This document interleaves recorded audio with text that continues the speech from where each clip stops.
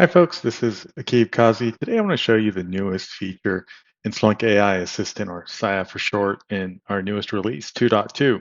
Now, we all know the real investigations never really stay in one place. You start in one data source and the trail drags you into three more. Some of it's in my local Splunk index, while some of it's out in federated sources.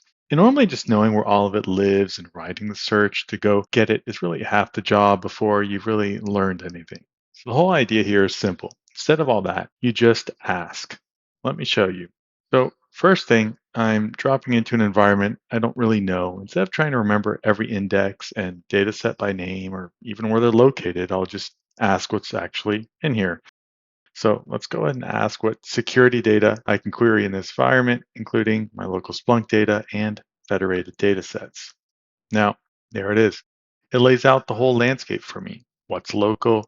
Here I can see my federated sources as well. And then I can see also have some local data. That's really the whole point here. What's local and what's federated? I don't have to know a single source name going in. That's the kind of theme for this whole feature. I don't know where the data lives. I can still analyze it and make use of it.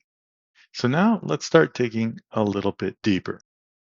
Cloud audit activity is usually where account misuse shows up first. And notice the data is federated. It's living completely outside Splunk. I'm just going to ask for a quick read on it. So here's what happened.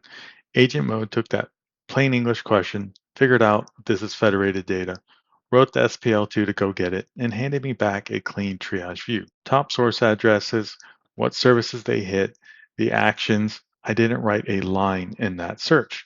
And I've got 25 rows returned here, top 10 per category. Got the SPL2 here as well too that it generated based on my question. Now, if we look at one address here, it's really doing a lot of the talking. It's touching storage objects, poking at identity activity. That's worth a closer look. So let's just ask what that one address has been up to. So same conversation, deeper question. It's holding context and it's drilling in here, taking a closer look at that. So I've got my top combinations for this IP address here. I got 40 rows returned and the number of events associated with each of those. Now, the audit trail tells me what got called. It doesn't tell me what the traffic actually looked like. So let me pull in a second federated source of network telemetry and see what lines up here. And there we've got our SPL2. We've got 10 more rows returned here with that destination IP. We can see the varying source IP here and what rules it violated and the event count as well. So again, different source, still federated, still just a plain language question. Another angle on this, and I never left the assistant or switched the tools to get it. Now, this is the interesting part. Everything up to now has been with federated data out beyond Splunk and the federated data sources. Now, I'm going to swing back to my own backyard, the local firewall log sitting right here on my local Splunk index. Let's take a look at those. Now there's my execution results. I've got 100 rows returned here. And there's the SPL associated with that.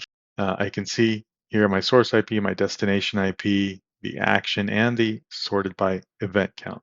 And that's the whole point of the release here, local data, federated data. I ran it the exact same way just by asking. Federated search reached across all of it.